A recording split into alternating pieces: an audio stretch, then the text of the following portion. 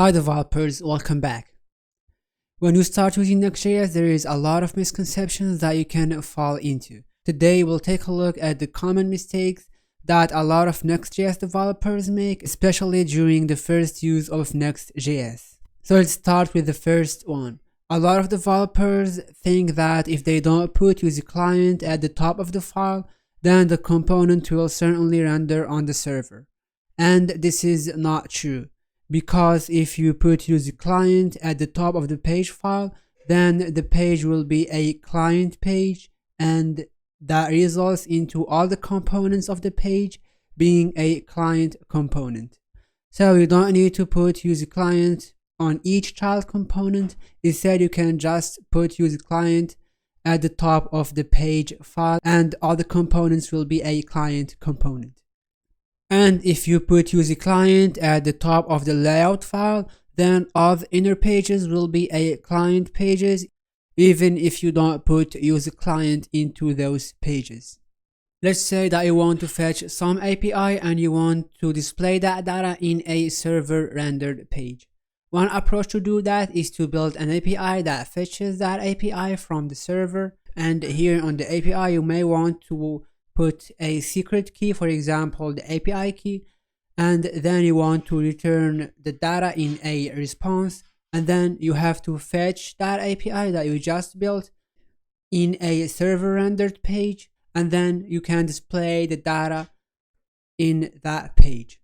And this is certainly a mistake because both the page and the API will be rendered on the server. So it is better to fetch any external data directly from the server rendered page and display it there.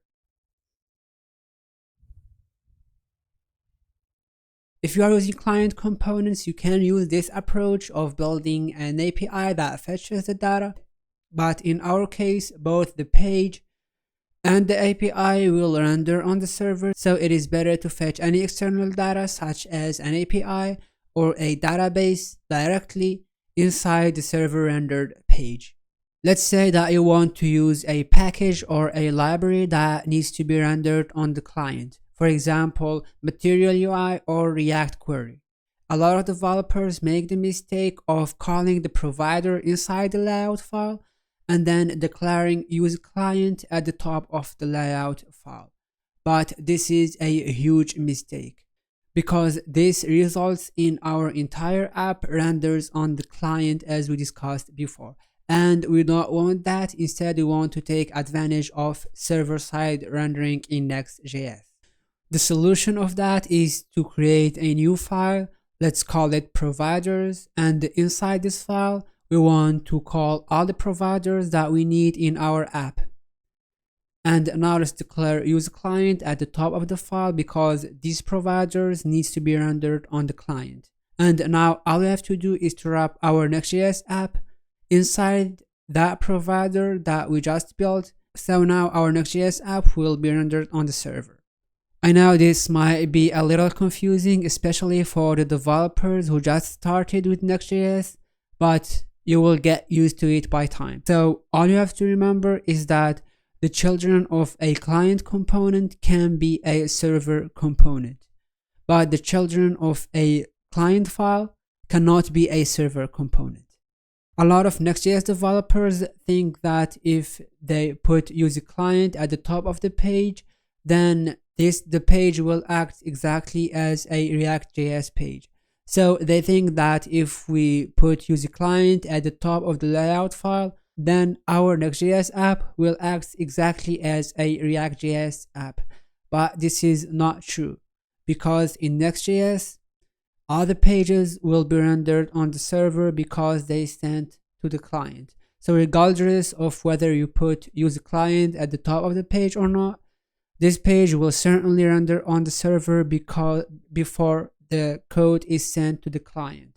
So for example, if you try to use a browser tool, for example, local storage, session storage, window, etc., then you will get a hydration error because this tool is not recognized on the server. Instead, this tool is only available on the browser. So what's the difference between the client pages and the server pages?